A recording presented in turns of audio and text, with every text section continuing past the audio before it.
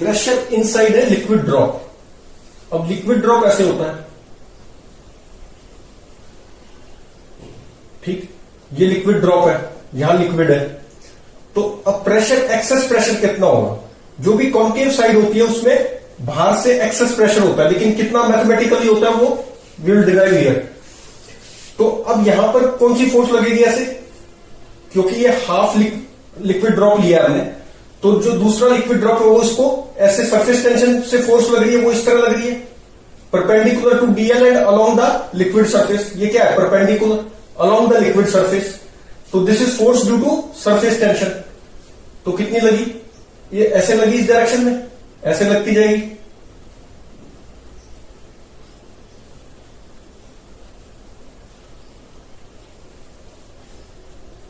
Force due to surface tension. अच्छा, बाहर atmospheric pressure है, उससे फोर्स लगेगी ऐसे पी नॉट, इधर से भी लगेगी ऐसी, ऐसे इधर से लगेगी। ये क्या है? पी नॉट प्रेशर है। एटमॉस्फेरिक प्रेशर क्या है? P not. अब ये परपेंडिकुलर टू दी सरफेस लगती है, तो दिस फोर्स जो भी लग रही है यहां पर, ये परपेंडिकुलर टू दिस सरफेस ऐसे लग रही है। तो ये सेंटर से पास होगी, क्योंकि कोई भी नॉर्मल होता है हेमिस्फीयर पे, या ये हेमिस्फेरिकल शेप है ना। लिक्विड ड्रॉप की कैसी शेप होती है? अगर पूरा लिक्विड ड्रॉप लेते हो तो स्फेरिकल शेप थी। अब कौन सी है? Hemispherical shape. तो ये नॉर्मली हमेशा प्रेशर एक्ट करता है, तो ये पासिस थ्रू द सेंटर, ये सेंटर से पास होगी हमेशा, ठीक। तो अब इस पे अब क्योंकि सरफेस एरिया तो अलग अलग है, तो हम क्या करेंगे, इस पे एक इनफाइनेटेसिमल एलिमेंट हमें इंटीग्रेशन करके करना पड़ेगा, क्योंकि जो एरिया होता है उसके परपेंडिकुलर लगती है। लेकिन अब एरिया वेक्टर इसमें हर जगह अलग अलग है। यहां पे एरिया वेक्टर इधर है, यहां पर एरिया वेक्टर इधर है। तो हमने क्या किया, इनफाइनेटेसिमल एक रिंग एलिमेंट चूज कर लिया, ऐसे रिंग एलिमेंट ले लिया, जिसकी विड्थ कितनी ले ली? डी थीटा ले ली, डी थीटा नहीं, ये ऐसे रिंग ले लिया, ठीक। तो अब ये एंगल कितना सबटेंड करेगा यहां पे, ठीक है। ये रिंग की विड्थ हो जाएगी ये वाली, मान लो इस रिंग, इसकी विड्थ जो थी वो डी थीटा एंगल सबटेंड कर रही है। बहुत कम विड्थ का लिया है ना, इनफाइनाइटेस एलिमेंट है, इनसे पूरा करेंगे तो हो जाएगा ये हेमिस्फीयर कंप्लीट। ये मान लो एंगल थीटा हॉरिजॉन्टल बना रहा था, इससे सेंटर से फोर्स लग रही थी ऐसे। तो फोर्स अब इस रिंग पे हम लिख सकते हैं, कितनी लिखेंगे? P naught into area. तो ये फोर्स कितनी लगी? डीएफ लगी। इस डायरेक्शन में कौन कितनी फोर्स लगी? डीएफ। ये फोर्स हम कितनी बोलेंगे? डीएफ फोर्स लगी टुवर्ड सेंटर। तो अब ये डीएफ फोर्स कैसे लगेगी? इस डायरेक्शन में लगी ऐसे, और ये एंगल कितना है? थीटा। इसी तरह से ये वाली फोर्स लगेगी ऐसे इस डायरेक्शन में, ये भी डी थीटा हुआ। और फोर्स कैसे लगेगी? ऐसे ही लगेगी, डीएफ फोर्स थीटा एंगल पे। इसी तरह इसकी, तो अगर हम देखें तो ये DF sine theta component cancel हो रहा है, vertical components due to symmetry are cancelling. तो एड कौन सा हो रहा है? DF cos theta.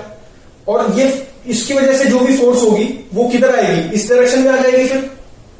तो ये वाली फोर्स निकाल लेते हैं हम, F. This F is equal to integration of DF cos theta, इन्हीं का सबका इंटीग्रेशन है ये। तो ये कितनी होगी? डीएफ कितना हो गया?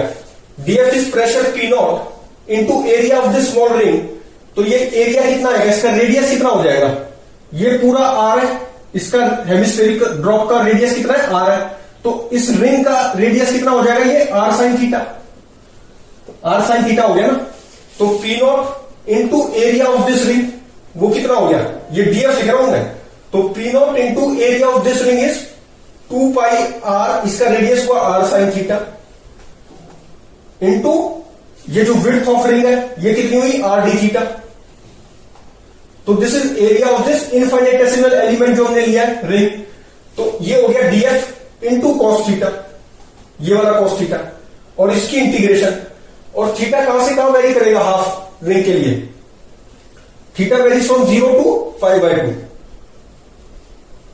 क्योंकि 0 लेंगे तो ऐसे, फिर ऐसे जो π/2 को होगा तो पूरा कवर हो जाएगा ऐसे।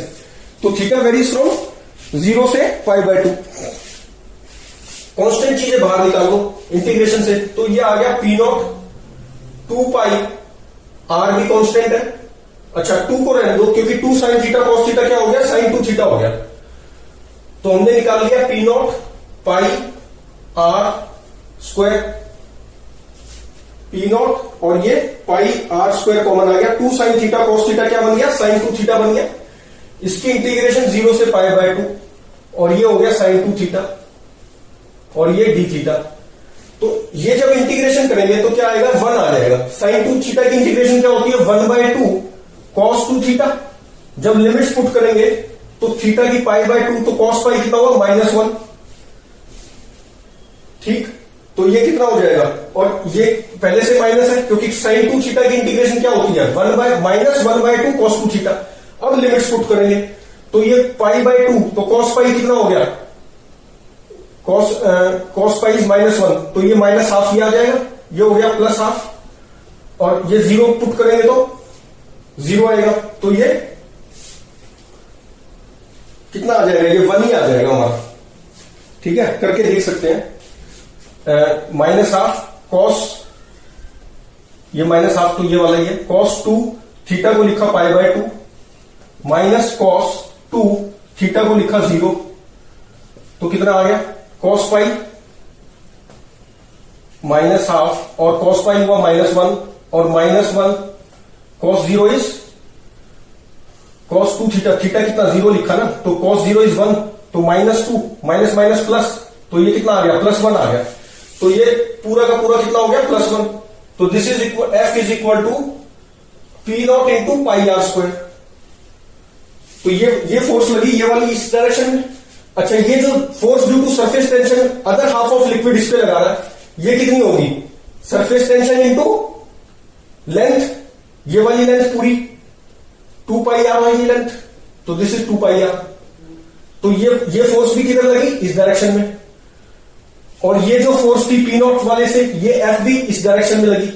और इस लिक्विड पे, इस वाले सरफेस पे, ये जो प्लेन सरफेस है इस पे फोर्स इधर भी लग रही होगी, ये वाली पी नॉट इंटू एरिया, ये पी नॉट प्रेशर, यहां भी तो एटमॉस्फेरिक प्रेशर है, तो ये P naught into pi R square ये फोर्स लग रही है।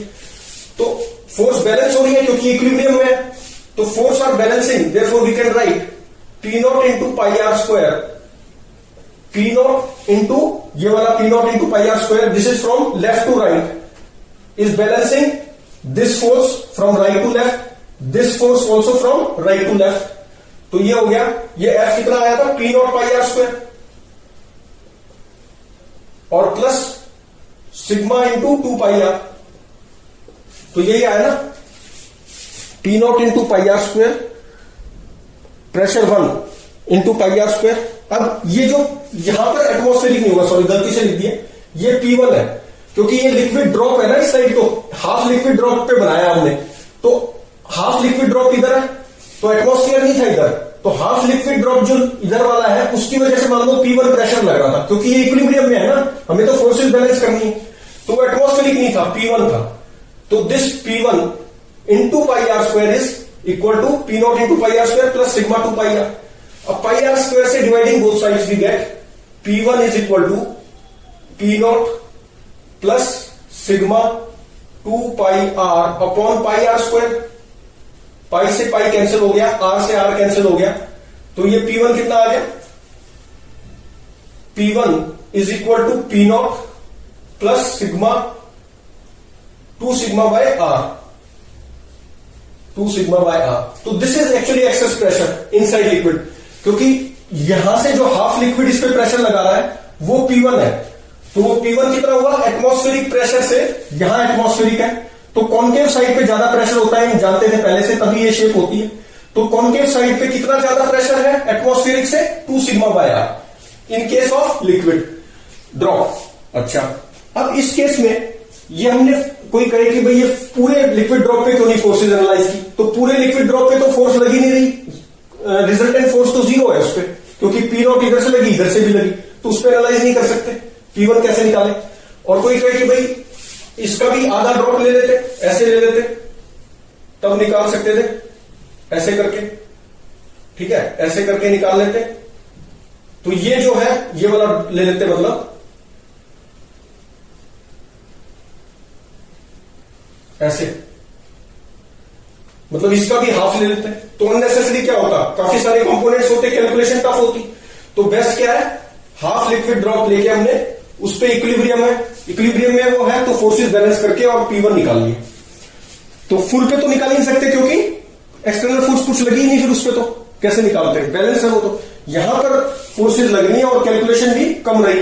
अगर इसका भी हाफ लेते, मतलब इतना पोर्शन लेते और फिर एनालाइज करते तो कैलकुलेशन टफ पड़ती और कुछ नहीं था। क्योंकि फिर क्या होता है, यहां पे सरफेस टेंशन निकालने लगती, यहां पे अलग से लगती ये वाली इधर, फिर इनके कंपोनेंट्स, तो सिर्फ कैलकुलेशन ही बढ़ती उससे। तो ये हो गया लिक्विड ड्रॉप के लिए। अच्छा, इसमें एक चीज हम सोचें, अगर ये एफ के लिए हमने इंटीग्रेशन करके इतना लंबा स्टेप किया, इसको इजीली लिख सकते थे। कैसे लिखते हैं, F is equal to atmospheric pressure into projected area लिख दो, क्योंकि वर्टिकल कंपोनेंट तो कैंसिल हो रहा है। तो दिस ये किसके इक्वल हो, P net into projected area. Projected area कितना है, पाई आर स्क्वायर। कैसे, अब ये प्रेशर को ऐसे मान लो फिर, क्योंकि वर्टिकल कंपोनेंट प्रेशर का, देखो इधर से प्रेशर फोर्स लगा रहा है, इधर से लगा रहा है, तो वर्टिकल कंपोनेंट तो कैंसिल ही हो रहा है। तो हम इसको ऐसे मान सकते थे कि ये जो लिक्विड ड्रॉप है इस पे सिर्फ प्रेशर ऐसे आ रहा है, ऐसे प्रेशर लग रहा है, क्योंकि वर्टिकल कंपोनेंट कैंसिल हो रहा है ना, तो हॉरिजॉन्टली मान के चलो, तो ये पी नॉट सिर्फ ऐसे लग रहा था। तो this P naught into projected area, hemisphere का क्या हो जाता है, सर्कल ही हो जाता है। ये वाला जो है ये प्रोजेक्टेड एरिया है और इसका रेडियस क्या है, सेमी सर्कल, इसका हेमिस्फीयर का आर। तो projected area of hemisphere is circle, तो ये पाई आर स्क्वायर हो गया। प्रोजेक्टेड एरिया कितना हो गया, पाई आर स्क्वायर। तो P naught into pi R square, one step में निकाल सकते थे इससे, तो ये आ गया। अच्छा, अभी तक हमने सीखा ये लिक्विड ड्रॉप के लिए excess pressure inside liquid drop कितना आया, P1 जो एक्सेस प्रेशर है, P1 इनसाइड ड्रॉप हुआ, that is equal to atmospheric pressure plus 2 sigma by R. Sigma मतलब सरफेस टेंशन बाय आर। तो 2 सरफेस टेंशन बाय आर जो है वो एक्सेस प्रेशर हुआ इनसाइड लिक्विड ड्रॉप, और वो एक्सेस प्रेशर कहां होता है, कॉनकेव साइड लगता है। अच्छा, अब हम सोप बबल के लिए भी निकाल सकते हैं। सोप बबल, तो बबल में क्या होते हैं, 2 सरफेस होते हैं, ठीक है। सोप बबल में क्या होते हैं, 2 सरफेसेस होते हैं।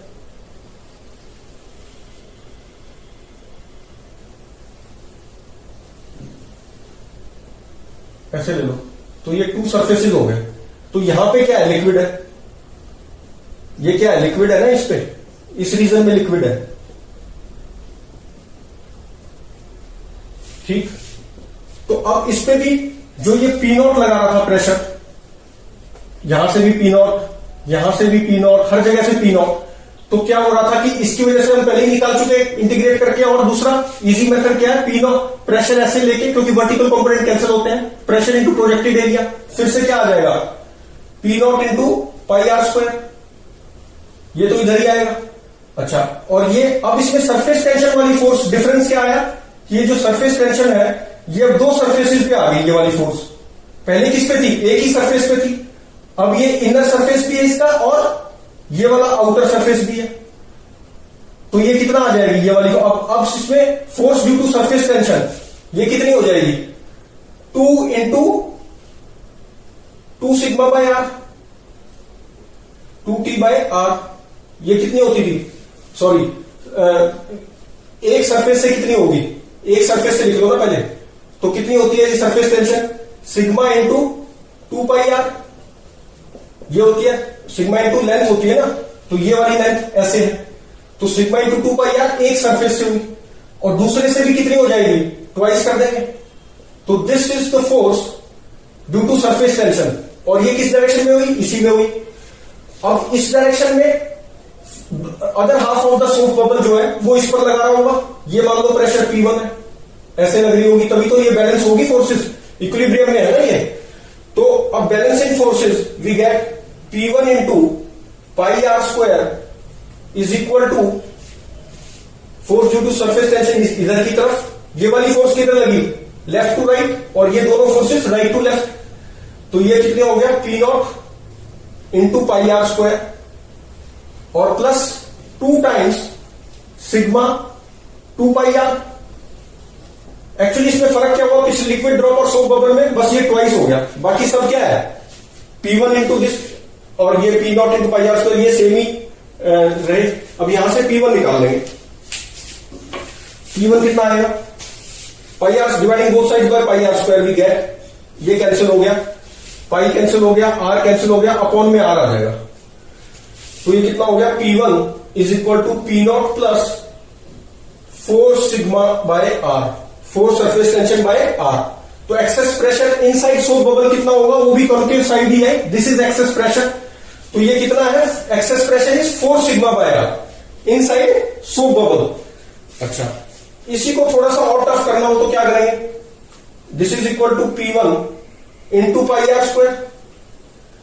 इसको मान लो चार्ज स्फीयर ले लेता, चार्ज सोप बबल ले लेता हूं, तो चार्ज सोप बबल में क्या होगा, मान लो पॉजिटिवली चार्ज सोप बबल था, तो अब हमने इलेक्ट्रोस्टैटिक्स में हम इसको पढ़ेंगे 12th में कि जो चार्ज होता है उससे इलेक्ट्रोस्टैटिक प्रेशर होता है बाहर की तरफ, ऐसे लगता है प्रेशर, ऐसे परपेंडिकुलर टू सरफेस ही लगता है, आउटवर्ड्स ऐसे लगता है।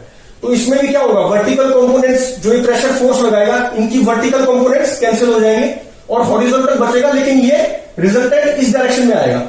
तो ये कितना हो जाएगा, जैसे P0 की वजह से P0 into pi R square इधर आ रहा था, तो ये वाला जो प्रेशर निकल के आता है ये आता है sigma square upon 2 epsilon not. ये क्या है, इलेक्ट्रोस्टैटिक प्रेशर आता है just outside the liquid drop, sigma square by 2 epsilon not. ठीक, तो अब इसका जो वर्टिकल कंपोनेंट इसके भी कैंसिल होंगे, ये परपेंडिकुलर टू सरफेस है, ये भी जैसे P0 था, तो P0 से भी जो फोर्स लग रही थी वर्टिकल कंपोनेंट्स कैंसिल हो रहे थे, इससे भी वर्टिकल कंपोनेंट्स कैंसिल होंगे और ऐड हो जाएंगे, ये इनका रिजल्टेंट क्या आ जाएगा इस डायरेक्शन में, कितना आ जाएगा, pressure into area, projected area, projected area, और वो सारा इस डायरेक्शन में आ जाएगी फोर्स, कितनी आ जाएगी, sigma square upon 2 epsilon not, projected area इसका भी कितना है, पाई आर स्क्वायर। तो ये इस डायरेक्शन में हुई, तो यहां ऐड करना पड़ जाएगा हमें force due to electrostatic pressure, sigma square by 2 epsilon naught और पाई आर स्क्वायर, ये आ गया। तो यहां से क्या करेंगे, P1 निकाल लेंगे, पाई आर स्क्वायर से हमने डिवाइड किया था, तो ये कैंसिल, माइनस में कितना आ गया, sigma square upon 2 epsilon not. तो ये प्रेशर जो है चार्ज बबल सोप बबल में क्या हो गया, minus sigma square by 2 epsilon not से ये कम हो गया। अच्छा, अब ये वाला जो है ये सरफेस चार्ज डेंसिटी है, ये सरफेस टेंशन नहीं है, ये सरफेस चार्ज डेंसिटी है, sigma surface charge per unit area, ये वो चीज है, ये हम इलेक्ट्रोस्टैटिक्स में पढ़ेंगे, तो इससे कंफ्यूज ना करें इसको सिग्मा डैश बोल देता हूं, this is charge per unit area. तो ओवरऑल प्रेशर क्या हो गया, चार्ज सोप बबल में कम हो गया।